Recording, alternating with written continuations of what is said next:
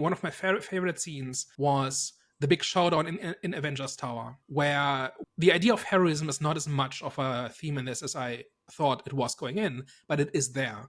And so we have like the absence of heroes, right? With that we've talked about. And so Valentina has the appearance of being good when she isn't. And she buys like Avengers Tower as her base of operations. And that is where Sentry is revealed.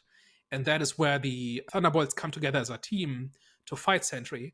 And one of the little touches I liked was that there's a sequence in which there's this big showdown where Valentina basically tells them to get lost. And she walks away and Sentry fights them.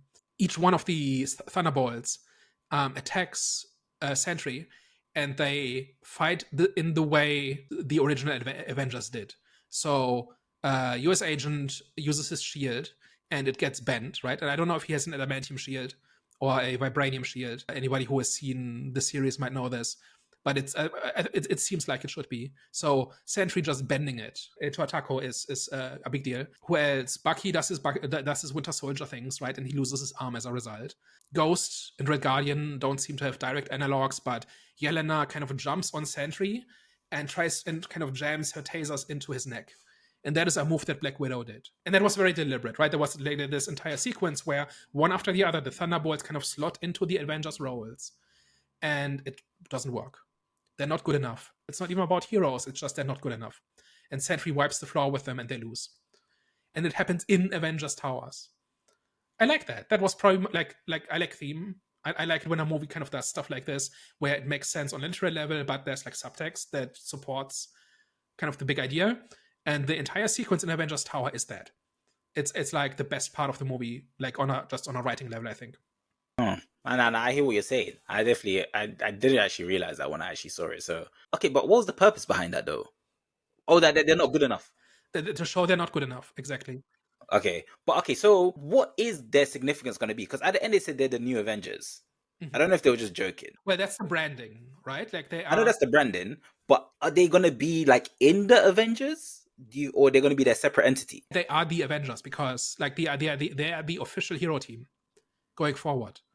And how the other heroes and the Fantastic Four will fit into that, we'll see. And part of the point is that they are not really heroes, right? They're not really the Avengers. They're not as noble. They're not as powerful.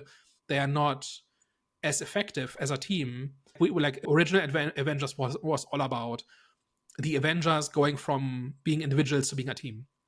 And by the end of that, they were in fact a functioning team.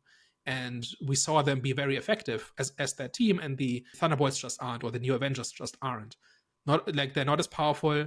They're all much more broken than the original characters were. They are much less noble, but they are being propped up as the big hero team.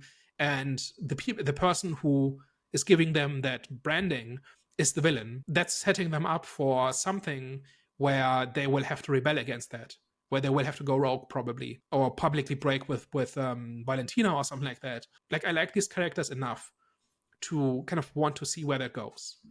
But that's what they're being set up as. And the idea that the villain kind of wins with a press conference is kind of cool. Yeah. That was one of my favorite moments in the movie.